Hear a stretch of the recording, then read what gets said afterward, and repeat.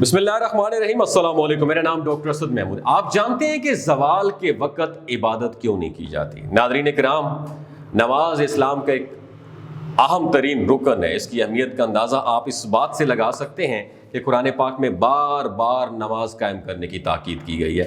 حدیث میں ہے کہ ایک شخص نبی کریم صلی اللہ علیہ وآلہ وسلم کی خدمت میں حاضر ہوا اور کہا کہ فلاں شخص رات کو نماز پڑھتا ہے مگر دن میں چوری کرتا ہے۔ تو نبی کریم صلی اللہ علیہ وآلہ وسلم نے فرمایا کہ اس کی نماز ان قریب اس کو برے کام سے روک دے گی۔ اس کے علاوہ سورہ بقرہ میں ارشاد باری تعالیٰ ہے کہ اے ایمان والو، صبر اور نماز کے ذریعے مدد چاہو، بے شک اللہ صبر کرنے والوں کے ساتھ ہے۔ ناظرین کرام، نماز کی اہمیت اور مقام کے بارے میں آپ سب جانتے ہیں، لیکن کبھی آپ نے یہ سوچا ہے کہ نماز فجر، نماز مغرب اور عشاء میں آواز بلند جبکہ ظہر اور عصر نے پست آواز میں تلاوت کیوں کی جاتی ہے، یا زوال کے وقت عبادت کیوں نہیں کی جاتی؟ ان تمام تر سوالوں پر بات کرتے ہیں۔ تو خواتین و حضرات، نماز فرض ہونے کے بعد جب مسلمان نماز پڑھتے اور تلاوت کیا کرتے تھے تو کفار انہیں تنگ کرنے کے لیے شور و غول کرتے، کبھی سیٹیاں بجایا کرتے تھے تو کبھی نبی کریم صلی اللہ علیہ وآلہ وسلم کی شان میں نازیبہ کلمات کہتے تھے۔ اس لیے اللہ نے سورہ بنی اسرائیل میں آرڈر پاس کیا کہ اور نہ اپنی نماز میں جو قرات ہوتی ہے نا وہ بلند آواز سے کریں اور نہ ہی بالکل آہستہ پڑھیں، بلکہ دونوں کے درمیان ایک درمیانی رستہ اختیار کریں۔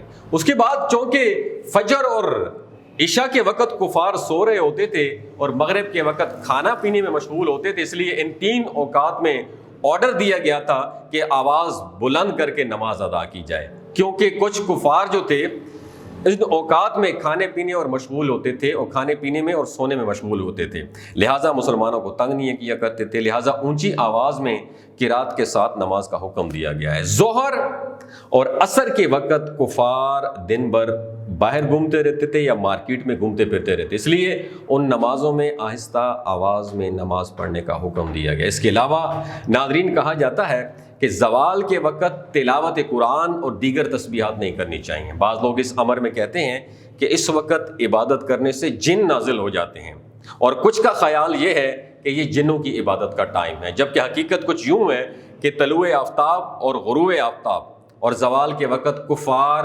سورج کی پوجا کیا کرتے تھے، اس لیے مسلمانوں کو ان اوقات میں عبادت کرنے سے منع کر دیا گیا ہے تاکہ کفار یہ نہ سمجھیں کہ مسلمان بھی ان کی طرح سوریہ نمستے یعنی سورج کی پوجا کرتے ہیں۔